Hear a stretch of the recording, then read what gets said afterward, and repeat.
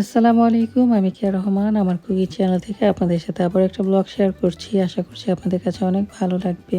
একেবারে সকাল সকালে রান্না বান্নার ভিডিও নিয়ে আজকে হাজির হয়ে গেছি। একদম সকালে উঠছি, রান্না বান্না করতেছিলাম। মাঝে মাঝে এমন অনাকাঙ্ক্ষিত ঘটনা ঘটে যায় যেগুলো আমরা কখনোই আশা করি না। প্রবাসের মাটিতে থেকে যখন আমরা বাংলাদেশের কারো মৃত্যুর খবর শুনি, তখন আমাদের ভিতরটার মধ্যে যে কি অবস্থা চলে সেটা বলে বোঝাতে পারবো না। আমরা ধরতে পারি না, ছুঁইতে পারি না, কিছুই করতে পারি না, শুধু তার জন্য দোয়াই করতে পারি দূরে থেকে। তো আমার চাচাতো ভাইরা নানা শ্বশুর মারা গেছে, আমি 3 দিন পরে জানতে পারছি। যাই হোক, তাদের বাসার জন্য কিছু রান্না বান্না করে তারপরে বের হয়ে গেছিলাম ছোট মেয়েকে নিয়ে। আমার আরো ইচ্ছা ছিল আরো কিছু রান্না বান্না করে দিব, কিন্তু সময়ের অভাবে করতে পারি নাই। ছোট মেয়ের ডাক্তারের অ্যাপয়েন্টমেন্ট ছিল, সেখানে যেতে হতো। ইচ্ছা থাকা সত্ত্বেও রান্না করে দিতে পারি নাই। যে চলে গেছে তার জন্য তো আফসোস করে লাভ নাই, তার জন্য দোয়া করতে হবে। আপনারাও সবাই দোয়া করবেন তার জন্য।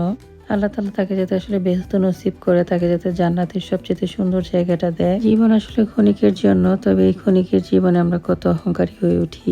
দিন শেষে সবাই আমরা একদিন চলে যাব, এটাই বাস্তব সত্য কথা। তো ছোট মেয়েকে সকালে স্কুলে দিয়ে আসছিলাম, তারপরে সেখান থেকে নিয়ে তার ডাক্তারের কাছে যাইতেছিলাম। সকালে দেখা গেছে কি, যখন ছুটি দিন থাকে তখন খুব ভারী একটা খাবার খায়, কিন্তু এমনিতে দেখা যায় খুব একটা ভারী খাবার খাওয়া হয় না। আর ইদানিং দেখা গেছে ভারী কোনো খাবার খেয়ে হাঁটাহাঁটি করলে খুব খারাপ লাগে, খুব কষ্ট লাগে, খুব একটা হাঁটতেও পারি না।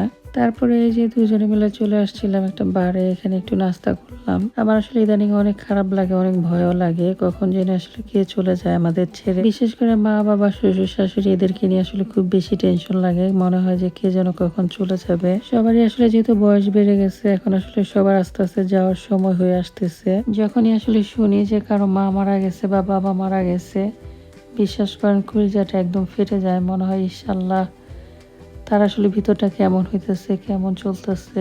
এত স্মৃতি থাকে মা বাবার সাথে, যেগুলো ভুলে থাকা অনেক কষ্টের। এগুলো কিছুক্ষণ পরপরই দেখবেন মনে পড়ে। এই যে ধরেন, আমারই যখন মনটা অনেক বেশি খারাপ থাকে, তখন আমার মাকে ফোন দিয়ে মায়ের সাথে অনেকক্ষণ কথা বলি।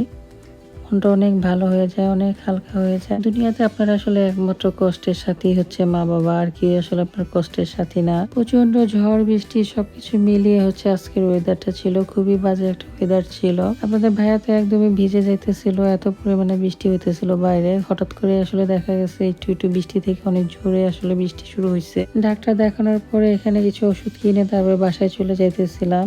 বাসায় গিয়ে তারপর সব খাবারগুলো তো আগে থেকে রেডি করে রাখছিলাম, সেগুলো আপনাদের ভাইয়াকে দিয়ে পাঠিয়ে দিয়েছিলাম। মানুষের সুখের সাথী না হতে পারলেও দুঃখের সময় কেন যেন সাথী হইতে আমার অনেক বেশি ভালো লাগে।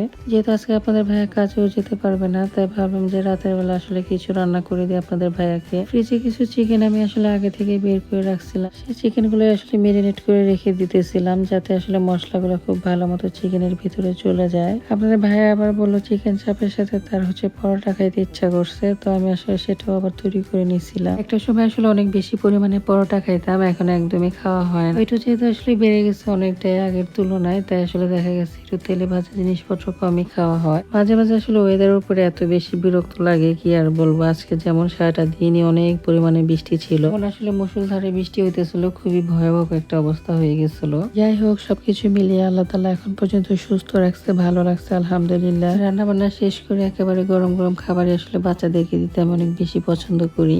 আমার বাচ্চাদের এমন অভ্যাস হয়ে গেছে, তারা গরম খাবার খাইতে খেতে এখন গরম খাবার ছাড়া তাদের ভালো লাগে না। অনেকে ফ্রিজে রান্না করে রেখে দেয়, তারপরে সেই খাবারগুলো গরম করে খায়, কিন্তু আমরা একদমই পারি না।